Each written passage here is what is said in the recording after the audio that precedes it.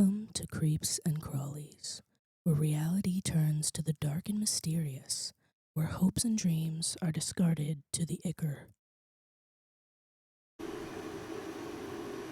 Why, how do you survive Jeff the Killer? That's actually perfect. Let's start with that. How would you survive just Jeff the Killer? Like, let's explain the information first. Who is he? Oh yeah, like what? Yeah. Who is Jeff the Killer, guys? Jeff. But, like, what's his background? Do you know anything about the character? Yes. So, basically, Jeff the Killer, he was made around the time, like, I would say 2008, 2010. Jeff is a fictional character. He's a psychotic serial killer, and he's mainly known for his, like, pale skin, his permanent smile, and no eyelids or a nose. Would you say he's well known for having an emaciated figure? Yes, for sure. Oh, most definitely, and that's the main reason I actually know about him. Just the characteristics or face. So let's say we're talking in D&D terms.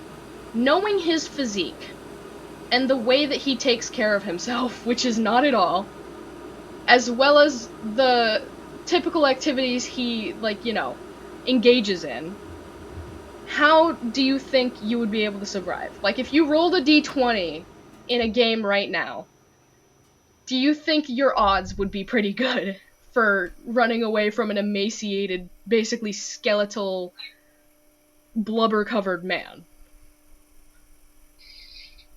That actually depends. That depends a lot. Yeah.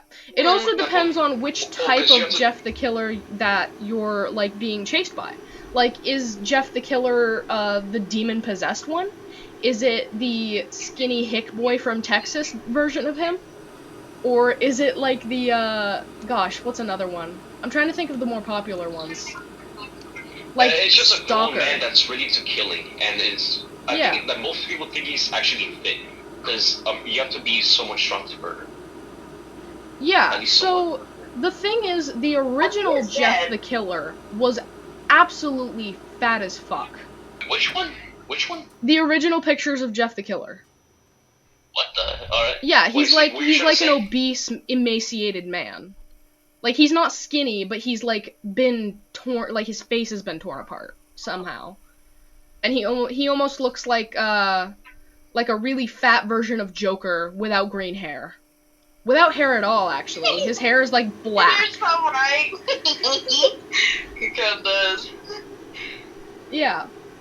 But then, in the fan-made version of Jeff the Killer, he's, like, a skinny, little, like, muscular man. He's a skinny little emo. Yeah, he's a skinny little emo man who wears a white hoodie, white sneakers, blue jeans. Angel with a shotgun. Yeah, and apparently he's, like, buff. Like, slightly buff, but short. You got people think he's more. When it comes to canon. You got super muscular, and then, actually no, you have three muscular Jeff, you have the skinny emo Jeff, Yeah. You have, like, lore accurate, but then, like a little bit more analog horror kind of Jeff, and I'm just sitting here like, oh boy.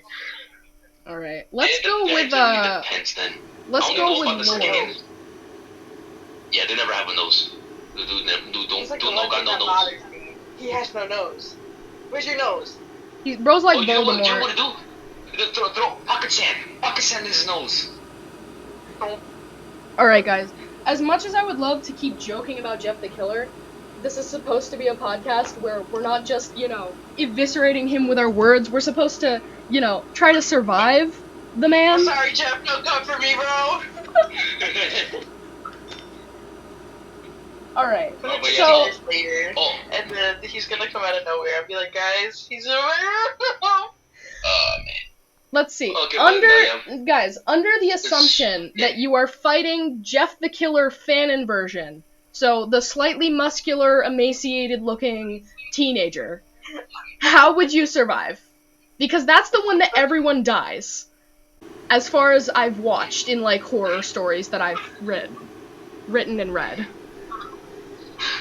Well, two things. Is it where will the events that happen, will it take place where we're at right now, or where we're usually at home? Because let's say right you're in your bedroom. I'm usually at my house, which I have weapons over there. So yeah, big difference.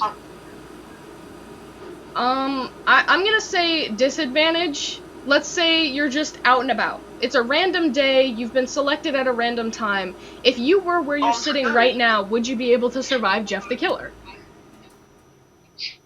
No. No. Well, Maybe. think about it. I'm gonna Think say about there's it. a decent chance. I'm cooked.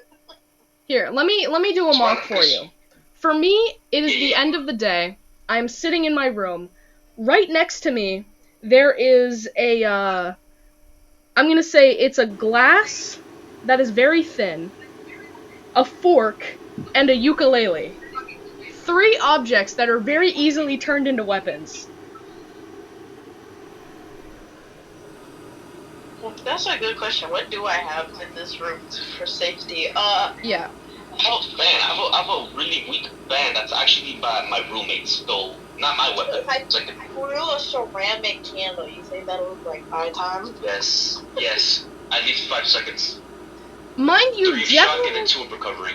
Guys, mind you, Jeff the Killer has his own weapon. He's typically seen with a giant kitchen knife, like the kind that you see in, like, the chef movies and stuff. So, him with that weapon, what do you have? Box him. You ain't boxing his ass, that's for sure. Boxing him? I want to go near you. Oh, I do have one weapon. A mini fridge. That's don't hurt. That is really gonna knock him out. I can pick this thing up too. It's not weigh that much, but it is solid metal. So I would throw that at him. I would break through my window, and then I would run to my car and either drive hours until I'm safe, or if he follows me outside, I can run him over. There's that.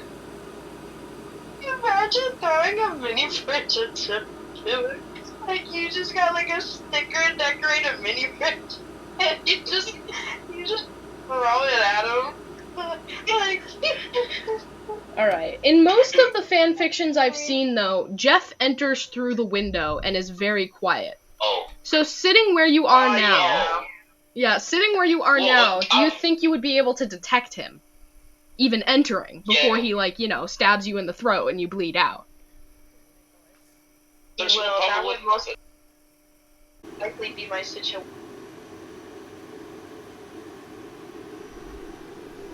That would most likely be my situation because my bed is literally right next to my window. Sleepy, I'm with you there. My bed is about 4 feet at most away from my window, but no, mine is like literally right next to it. Oh, you're screwed. It's just right there. I'm done. I have one advantage though. My window is very screwed up, so when you try to open it, I'm betting it's gonna make a lot of noise. And same with my window. Same with mine. There's the thing. There's I don't know what it's called. The plastic stuff you put over the window so you can shade yourself from the sun. It makes so much damn noise. It might not wake me up, but it's definitely gonna wake my roommate up. Oh yeah, no. He's here. So let's assume that Sleepy is already dead because Sleepy has basically. I'm good. Sleepy is dead. Oh yeah, she's. All right. So Dragon. Yeah. Now, sorry, Sleepy. let's say you've detected him. He is in your room. The window's open. He's probably in your room at this point. What do you do? We make it halfway in. Yeah, from like where you are sitting. What do you do now that he is halfway in your window? First instinct, I'm not even gonna lie. Either slap or punch him as hard as I can. But he has a knife. But he has a Or knife. something, and I'm gonna hit him over the head, and then I can run out my room. Throws the freaking mini fridge. Okay, Unfortunately, you say I will not be able to do that because my mini fridge is between me and the window, and the way it is put there, I need to first unplug it, then carefully pick it up, because it's wedged between my bed and the wall. Okay, so you say you're going to hit him over the head. What are you hitting him over the head with? What is at your immediate disposal? It's gonna sound cringy as hell, but my fist. And I'm gonna let you know right now. I've been to I'm not trying to boast or whatever, but I've taken about a year of Muay Thai classes, so I know something about hitting at least. Alright, now So here comes the fun part. You've probably been cut by the knife, because, let's face it, Yeah. the other guy has a knife and you just hit him with your fist. But you also have the advantage of being inside the window while he's half in the window. So, let's say that he's now fallen out of the window. How high up is the window from the ground? It is not high up at all. Like if you fall, I'd say it's like at most 4 to 3 feet. So if he falls, he's either gonna land on his upper back, because you're gonna roll slightly midair. So he's gonna probably either land on his ass, his back, or his neck. But he's still alive. And then, yeah, he's not gonna die, no, but he's gonna be like slightly disorientated. Alright. So now you have a alive, disoriented psycho killer outside your house. Or outside your dorm, let's say. Yeah. So fortunately for you, my arm, let's say like from my inner elbow to my wrist. That's most likely where it's gonna get cut. Yeah, and fortunately enough for you, you're at a college, so there's plenty of security around. Not only that, but there's like hundreds of people that you could instantly alert just by screaming. I'm a roommate too. He's gonna be woken up. He's bigger than me. He's a shyer guy. I don't think he knows how to fight. But I'm willing to bet that he's willing to throw something at his ass. So, Buddy gets up. I wouldn't take the mini fridge. It would take too long. I would probably just take my buddy and then bolt out my room. I wouldn't even care about my car at this point. There's no time. Why didn't you just lock the window, bro? Because my window, I told you, it's messed up. Once you open, it's a college dorm. It sucks. The window is either welded shut or no, it's actually cemented shut. Now that I look at it, Dude, you need to get out the. Wait, if your window's cemented shut. Exit, okay? No. I'm 20 feet away from the exit. I can walk out. Pause, guys. Pause. Just a fire. Pause. Well, so the exit is not available. If your window is cemented shut, how did he get in the first place? I just asked you if the first question was, do you have a window? Is it accessible? Bro. It's not accessible. I'm trying to open it. It's not. He either pries it open. He's living, is what he's saying. He's living and he won. Yeah. Bro, you win. You just win at this point. Like, he can't even get to you. You're in like, college. I'm dead. You're living. I don't know how you're doing over there. I'm free picking, though. Because where I am, where I sleep, I have a sword cabinet and a baseball bat. Sword cabinet? The first thing though is the metal baseball bat. So if that fucker came through my window, which he definitely could, because there's an AC unit in my window right now that he could very easily crawl through. Plus there's a ladder next to my window for when I want to escape my own house. Oh. If it was in my other house, like in my actual house and not my dorm, it's gonna be slightly more different. He's not gonna get in through one window, but I have a second one. But that one has an AC. If he's gonna pry it open, he's gonna make enough noise. That place, I have knives. So I have a decent knife and then an actual sword. That's fine. No, I would not go for the sword. It's next to the window. I would run out and then go for my parents. Because they have guns. Same. The thing is, though... I'm totally screwed. Yeah, Sleepy's gone no matter what. Sleepy's already dead. Sleepy's already dead. Me and Dragon are the only one alive. I need to survive now. So let's assume Jeff comes in through my window. Okay, very easily accessible. It is a little loud, but I'm a hard sleeper. So I would be dead if I was asleep. Assuming that I was awake, though... And actually, Sleepy, I'm gonna go over this with you again because we assumed that you were asleep in the first run. Next time, I want you to assume that you're awake. So after this, I'll let you go again. So let's assume that I'm awake. If I'm awake, I'm typically sitting in my room and I'm facing the window. So I would be able to see him before he even gets in the house. The bat would be in my hand. He'd be done. And the bat is like... Actually, no. If I see him coming, sure, I'll grab the bat as, like, a preliminary measure just to make sure I have something in my hand in case he gets through the window before I can, like, grab a knife.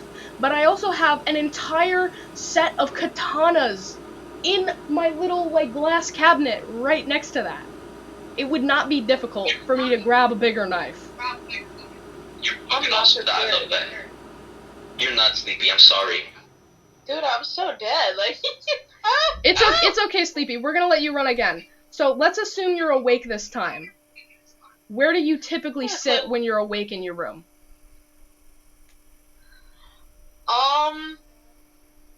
Maladaptive daydreaming. I would either have my headphones on and be like in the middle of my room, or I would be at my computer or on my bed. Damn, I am really screwed. Facing towards or away from the window? The only time I'm away from the window is when I'm at my desk. Okay, so let's assume you're where you normally are. Sleepy in her natural habitat is sitting in the middle of the room facing the window. Yeah. Yeah. What is at your immediate disposal when you see that mofo coming up in your window? Bro, how'd you get up my window? I'm at a 2-story house. Doesn't matter, he's climbing. Ladder? Oh yeah, climbing. That's actually like. You have to remember this guy's a serial What do I have killer. at He my has disposal? skills, guys. What's up? Oh, wait, I don't have. I mean, I have scissors right there. Man, this might be a one-on-one nasty fight, bro. And I'm Scissors versus kitchen knife.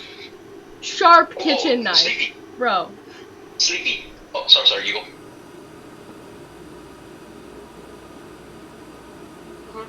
No, it is Sleepy's turn. Oh, what? Yeah, Oh, when it's someone's turn. Disposal. Yeah, when it's someone's turn to survive, it's gonna be basically me. Who, if this was a Dungeons and Dragons session, I would be DM and I would be talking to someone taking their turn. So for turns, it's just me and whoever's doing the RP. Okay. Yeah. Nice. I was just about to ask if Sleepy has like a smaller bed or a bigger one. Because depending on it, you can actually throw the actual bed at him. A big one. Beds are heavy, bro. Never mind. Beds are heavy, yeah. Yeah, you also have to factor in, my like... bed and never again. Oh, yeah. I was about to say, because I can throw most of the beds I've laid in, but yeah, no, you're probably... I mean, if I use the lighter that I have, it's probably out of gas, but ain't got no gas in it. But you know, I would have lit him on fire if I could, but it's just. But he has a knife. He's gonna stab you before you can light him on fire. Yeah. Like, even if you do set your house on fire, it'll probably just leave him with some nasty burns. Which he's already. Yeah, guys, I'm cooked goodbye. Sleepy, I think you're just dead. I'm sorry. No, I'm dead.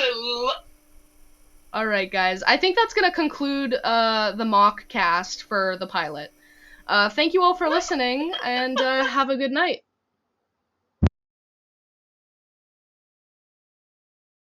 In recap of the pilot, Jeff versus Minifridge, Disculpe Dragon ranks number 4 of the 7 ranks, narrowly escaping Jeff with his Minifridge companion left less fortunate.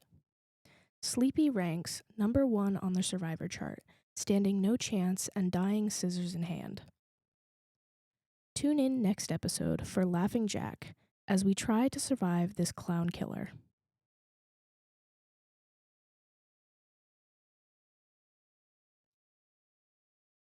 Sayonara, survivalists.